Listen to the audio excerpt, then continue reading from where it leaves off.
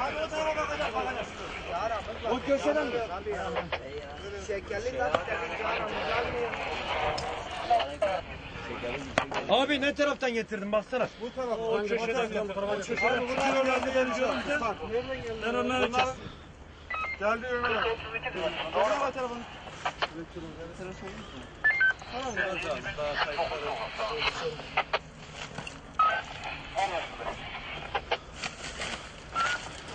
Size ne yapalım? Sen burada. Abi buradan alıyor. Şuradan al. Buradan çıkacaklar. Abi İçeride hiçbir şey var mı içeride? tam güvenlikçi var burada bakın.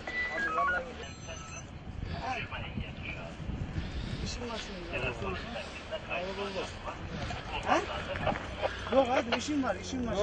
Derslerimiz tek tek abi, başka bir şeyimiz yok.